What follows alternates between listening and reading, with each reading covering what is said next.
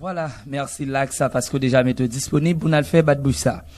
Et Lax nous connaît fait d'actualité que c'est un avocat qui tape défendre sénateur Jean-Renel Sénatus après des cas dit président de la République là a été révoqué mandat yo et finalement nous connaît que juge là lui-même il était déclaré incompétent dans dossier ci là. Mais on a les qui suivi qui gagne après et décision ça juge là lui-même il était prend. Axit Famzou, il y a 3 actions qui ont tenté par les sénateurs de la République requérant en justice contre le président Jovenel Moïse. C'est une action qui est tentée par devant le Conseil électoral provisoire en vertu des dispositions de l'article 197 de la Constitution qui fait du Conseil électoral permanent l'organe contentieux en matière de violation de non-application de la loi électorale. Bon, l'autre action qui était posée par devant le tribunal correctionnel, c'est le tribunal de première instance de Port-au-Prince siégeant ses attributions correctionnelles pour abus de fonction et l'autre action qui était posée par devant la juridiction des référés, côté nous t'est posé problème, application illégale de la loi, là où t'est empêché des sénateurs d'entrer. Conseil électoral provisoire a sorti une résolution. Et à cette phase, je dois apporter 3 précisions. La résolution du Conseil électoral provisoire n'est pas une décision de justice. Et le Conseil électoral provisoire aussi n'est pas une juridiction de jugement, n'est pas un tribunal. Et la résolution du Conseil électoral provisoire a référé les honorables sénateurs à la Constitution, c'est-à-dire décision ça y prend, il y a gain de cause à sénateur qui a demandé pour monter un organe contentieux. Il dit que le regarder considération qui fait autour de l'article 197 Constitution, autour de l'article 239 loi électorale et article 1er point 1, il dit pas de raison pour parler de contestation électorale ni de contentieux électoral. La Constitution traite la question du mandat et l'article 95 de la Constitution stipule que le mandat des sénateurs est fixé à 6 ans. À cette phase, le Conseil électoral provisoire estime qu'il n'y a pas lieu de procéder à une contestation. Mais le tribunal correctionnel là lui-même à son tour, il décide pour le dire, il n'est pas compétent en raison de la personne, en raison de la personne du président de la République. Et nous-mêmes, nous connaissons très clairement, nous connaissons que le président de la République il bénéficiait de ça, nous tacarélé, pas une immunité. Et je dois le préciser, le président de la République n'a pas d'immunité. Il n'y a pas d'immunité présidentielle.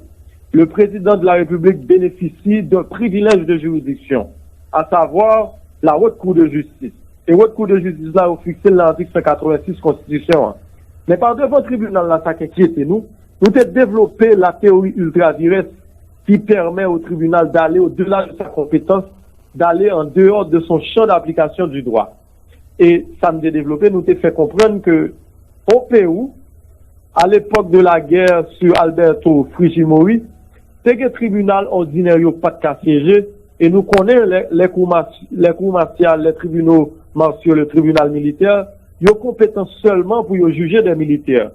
Et dans l'époque ça, comme il y avait la guerre et les tribunaux ordinaires ne pouvaient pas prendre au siège, qui ça a fait? Ils ont fait appel à cour martiale là, ils ont fait appel à tribunal militaire là pour te juger tout civil. Et décision ça, la Cour interaméricaine des droits de l'homme va l'utiliser pour juger moun, pour dire ça son principe lié n'a développé et samedi à la locale garder dans les grandes décisions de la Cour interaméricaine des droits de l'homme, il y a pour théorie ça qui développé la théorie ultra-virus. Et pour raison si là nous dit dans la Constitution haïtienne dans le préambule il visait la Déclaration universelle des droits de l'homme. Et Déclaration universelle des droits de l'homme de 1948 là, elle reconnaît que chaque individu a droit à un recours effectif, a droit à l'accès à un juge. Et ces 2 prérogatives sont des prérogatives de liberté individuelle, de droits fondamentaux. Et le fait que c'est des droits fondamentaux, il y a droit d'application immédiate, il y a droit d'accessibilité immédiate. Eh bien, nous garder en François Lobes, qui sont intellectuels, en spécialistes en droit public, qui sont professeurs de droit. Okay. Je dis comme ça, la Constitution, c'est le le préambule de la Constitution. C'est le fondement du fondement. Et un fondement n'est fondement que s'il trouve son fondement dans un fondement originaire. Maintenant, si la Constitution haïtienne vise la Déclaration universelle des droits de l'homme, et la Déclaration universelle des droits de l'homme reconnaît à chaque individu le droit à l'accès à un juge, le droit à un recours effectif.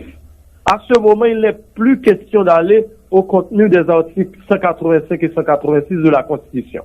Okay. Exactement, m'a précisé pour l'auditorat de Télé Akajou qu'il est très important aujourd'hui pour nous faire pile prudence. L'on a utilisé pouvoir, nous, l'on a utilisé prérogatives dans la loi pour commettre exaction, pour commettre infraction, pour faire impunité. Et ça fait dans le préambule constitution, il dit comme ça, pour construire un système sur justice sociale, sur égalité des chances, nous proclamer constitution ça en vertu de l'acte de l'indépendance de 1804 et la déclaration universelle des droits de l'homme. À cet effet, nous devons reconnaître que le tribunal de première instance est compétent en vertu des dispositions de l'article 5.5 de la loi du 9 mai 2014 portant prévention et répression contre la corruption. Et l'IFE, loi, ça fait de président de la République là, ils ont agent public exécutif dans l'article 4.4.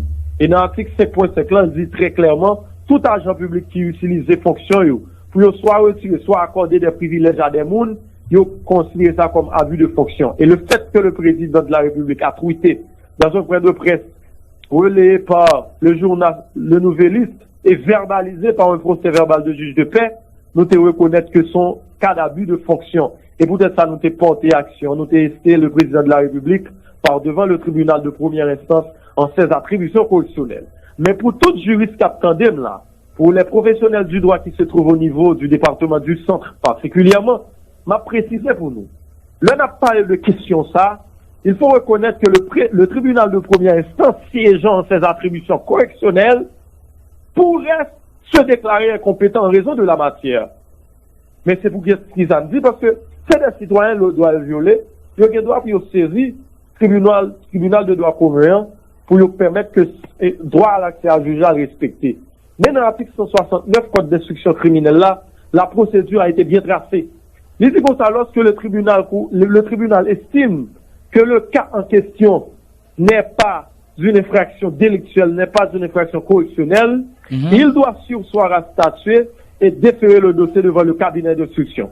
Et nous t'ai fait ça, c'était une décision calculée et bien réfléchie. Pour qu'ils ça nous connaît, si on a déposé plainte là devant parquet doit toujours classer le dossier sans suite. Le ça, c'est lui-même qui gagne opportunité de la poursuite. Là, on pas gagné au café. Soit le déposer le tout devant le cabinet d'instruction, le juge d'instruction ne pourra pas commencer l'instruction sans avoir eu le réquisitoire déformé du parquet. Le SAN a pensé tout comme son dossier qui impliquait le président de la République et les parquets, les représentants du parquet, les commissaires du gouvernement et substituts sont les représentants de l'exécutif au sein du système judiciaire. Okay. Eh bien, nous avons pris précaution parce que nous connaissons parquet doit toujours faire temps passer pour le pas réquisitoire là. Dans les devant le tribunal correctionnel là, parce que nous connaissons va déclarer incompétence rationnelle matérielle et le SAN va déférer le dossier devant le cabinet d'instruction. Et à ce niveau, le cabinet d'instruction n'aura pas besoin de réquisitoire déformé pour inscrire sur le dossier. Voilà. C'est la question. Mais, même encore tout. Et nous reconnaître que tu as un marché pressé sur le dossier. Okay, nous avons demandé à travers un acte justé pour reporter le dossier pour une quinzaine de jours, à la quinzaine. Malheureusement, nous faisons à travers toute élégance juridique et la loi pas tracée qui façon vous demander report son dossier. Malheureusement, le juge là, il décide pendant de plaider dans le référé. Mais nous croyons dans la force des institutions. Nous croyons dans l'institution pays, nous croyons dans la justice pays, nous. Et c'est peut-être ça, nous pas utiliser politique, nous utiliser le droit. Et nous croyons la défaite du droit est provisoire, la défaite du droit est temporaire, c'est sa victoire est permanente. Et nous croyons dans la force de la justice haïtienne. Voilà, et mettre l'axe, ou se en pile bon bête là, en pile bagarre ou se dit là, qui vraiment touche nous. Et, mais au juste, mettre l'axe, et qui ça qui, par exemple, comme dernier recours là, par exemple, est-ce que vous pensez vraiment, et sénateur Gain, par exemple, pour réintégrer le Parlement encore, et sous peu? Oui, bonjour. Il y en a ce qui est plus important pour nous, c'est l'action par devant la juridiction des référés. Ok. Et action décision juge là, pour dire l'incompétent, nous pas camper là, va continuer à vous mettre toujours. Ok. Parce que bonjour, leur décision vient par défaut et n'a précisé ça pour tout le monde pour tout étudiant qui doit attendre nous là. Voilà, grand pile étudiant doit attendre là. Grand pile étudiant attendre là. Ça, lorsqu'une décision de justice a été rendue par défaut, au tribunal correctionnel, la partie la plus diligente n'a pas plusieurs possibilités. Premièrement, comme nous pas la décision terrain derrière nous, ça veut dire par défaut, nous avons possibilité pour nous faire opposition. Mais il n'est pas évident, tout le monde qui a entendu là, nous comprendre si le juge a décidé contre nous. C'est tout à tourner côté vous qui raison parce qu'on connaît les politiques qui influencent ces bagages-là. Okay. Donc la voix de l'opposition, nous pas la donne. Mais nous avons la voix d'appel tout, son possibilité qui bat nous par article 2, loi 29 juillet 1979, soit appel pénal là, il bat nous possibilité tout pour le délai d'opposition écoulé, nous aller dans le délai d'appel là pour nous interjeter appel contre la décision correctionnelle par devant la cour d'appel de Port-au-Prince. Mais tout, nous devons quitter, voir ça au passé, mais comme en absence du Conseil constitutionnel et de la Haute Cour de justice, donc indisponibilité et recours ça au droit, si nous pas fait appel, nous pas fait opposition, nous devons saisir la Commission interaméricaine des droits de l'homme, qui va saisir à son tour la Cour interaméricaine des droits de l'homme en vertu de la Convention américaine relative aux droits de l'homme, parce que nous connaissons ce sont des droits de l'homme qui sont violés, le droit à l'accès au juge, le droit à un recours effectif qui est violé. Donc ça, nous devons saisir la Commission interaméricaine des droits de l'homme.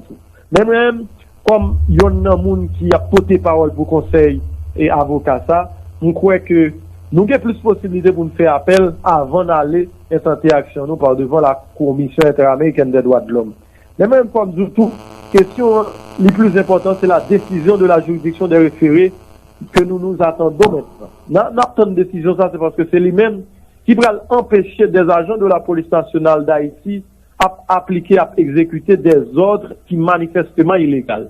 Et dans cette question défense, dans la question militaire, dans le droit sur la sécurité, bon grand principe qui est la théorie, le principe de la baïonnette intelligente.